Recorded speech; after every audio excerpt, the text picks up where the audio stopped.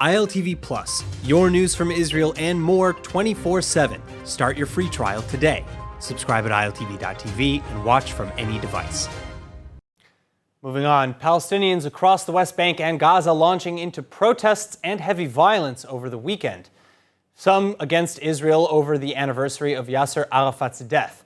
Some against one another amidst local clan conflicts like in Hebron, and some, like those in the Palestinian Islamic Jihad and Hamas terror groups, to show off military strength and project power. But perhaps the most important Palestinian protest getting little to no media attention. Gazan Palestinians increasingly crossing from social media into the real world to condemn the terror group Hamas, and this as part of the new Bidna Naish, or We Want to Live movement. بدنا نعيش لأنه إحنا اللي مش ملاقيين نعيش، بدنا نعيش لأنه من حقنا نعيش. تعرف أصعب إشي إيش؟ إنه أنت إذا مفكر إنه إحنا بنستحقش العيش، إذا أنت مفكر إنه إحنا بنستحقش إنه إحنا نعيش هذا مصيبة. Here with more, senior researcher at the Reichman University Institute for Counterterrorism, Dr. Michael Barak.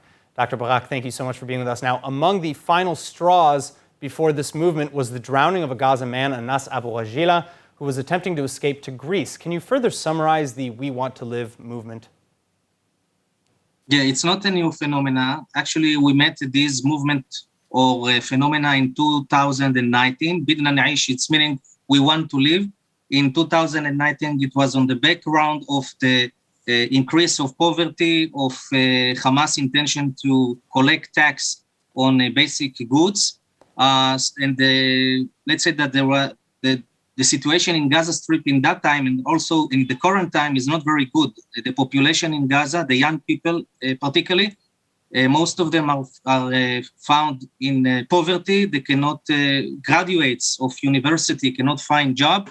So let's say that from 2014 and to 2020, about 40,000 Palestinians from Gaza Strips managed to fled from Gaza Strips hopefully to find a better future in Europe. And now what we are seeing is that this group, which is called maybe Harak al-Karama, maybe this group is responsible to promoting this campaign in social media networks, calling to Hamas to give them appropriate lives, to give them decent, to give them jobs. And this is kind of repeating on what happened in 2019. In 2019, Hamas arrested about 700 activists who demonstrated against Hamas. I think 30 people were killed also, and Hamas apologized in social media networks that she did not mean to kill them, but because of the circumstances, it happened. And now Hamas is more, I think, efficient. Hamas is not interested that this rage or a campaign in the social media networks will expand. And now we see that a decrease in the voices against Hamas in social media networks. But so how big of a movement is this today then? How big of a threat is it to Hamas and Islamic Jihad?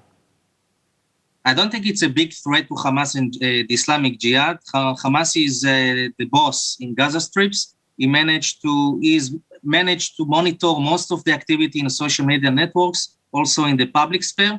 So in contradictions to what happened in 2019, the scale of this protest is lower than was in 2019.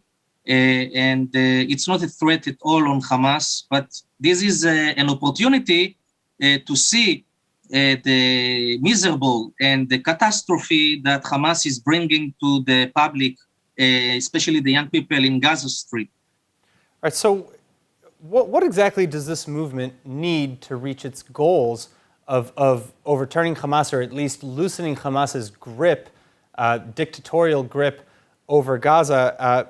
And more importantly, why is seemingly no one talking about this? I saw a short piece on Al Jazeera, which was talking about the fact that the hashtag Bidna Naish was trending, and that was about it. You're right.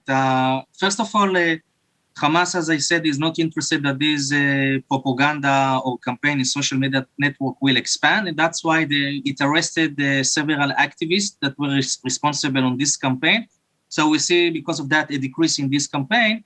And in contrast to 2019, some of the posts that were disseminated in social media networks, like in Twitter, were in English, because this movement, I don't know, let's say it's not a very organized movement, but those people, activists in social media networks, they try to address to a foreign audience, English speakers, and now we don't see it in the social media networks, perhaps because Hamas is more efficient, is more successful in arresting these people and avoiding them for publishing this material.